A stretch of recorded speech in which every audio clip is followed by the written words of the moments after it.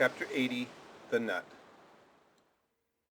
If the sperm whale be physiognomically a sphinx, to the phrenologist his brain seems that geometric circle which it is impossible to square. In the full-grown creature, the skull will measure at least 20 feet in length. Unhinge the lower jaw, and the side view of this skull is as the side of a moderately inclined plane resting throughout on a level base. But in life, as we have elsewhere seen, this inclined plane is angularly filled up and almost squared by the enormous superincumbent mass of the junk and the sperm. At the high end of the skull forms a crater to bed that part of the mass, while under the long floor of this crater, in another cavity seldom exceeding 10 inches in length and as many in depth, reposes the mere handful of this monster's brain. The brain is at least 20 feet from his apparent forehead in life. It is hidden away behind its vast outworks, like the innermost citadel within the amplified fortifications of Quebec.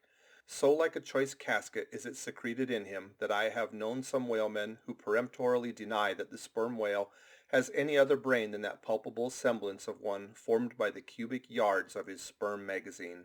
Lying in strange folds, courses, and convolutions to their apprehensions, it seems more in keeping with the idea of his general might to regard that mystic part of him as the seat of his intelligence. It is plain, then, that phrenologically the head of this leviathan, in the creature's living intact state, is an entire delusion. As for his true brain, you can then see no indication of it, nor feel any. The whale, like all things that are mighty, wears a false brow to the common world. If you unload this skull of its spermy heaps, and then take a rear view of its rear end, which is the high end, you will be struck by its resemblance to the human skull, beheld in the same situation, and from the same point of view. Indeed, place this reversed skull, scaled down to the human magnitude, among a plate of men's skulls, and you would involuntarily confound it with them. And remarking the depressions on one part of its summit, in phrenological phrase you would say, this man had no self-esteem and no veneration. And by those negations, considered along with the affirmative fact of his prodigious bulk and power, you can best form to yourself the truest, though not the most exhilarating conception of what the most exalted potency is.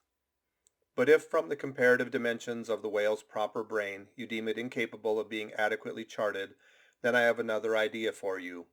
If you attentively regard almost any quadruped's spine, you will be struck with the resemblance of its vertebrae to a strung necklace of dwarfed skulls, all bearing rudimental resemblance to the skull proper.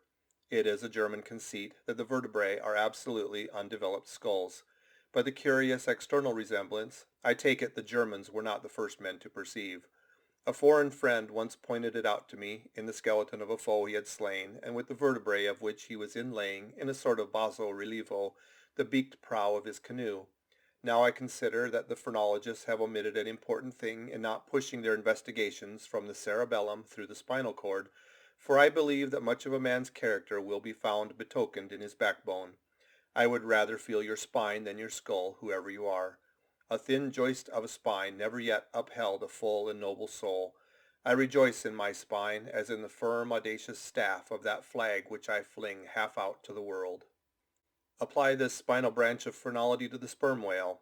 His cranial cavity is continuous with the first neck vertebrae, and in that vertebrae the bottom of the spinal canal will measure 10 inches across, being 8 in height, and of a triangular figure with the base downwards.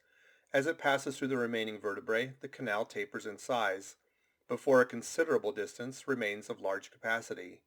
Now, of course, this canal is filled with much of the same strangely fibrous substance, the spinal cord, as the brain, and directly communicates with the brain. And what is still more, for many feet after emerging from the brain's cavity, the spinal cord remains of an undecreasing girth, almost equal to that of the brain. Under all these circumstances, would it be unreasonable to survey and map out the whale's spine phrenologically?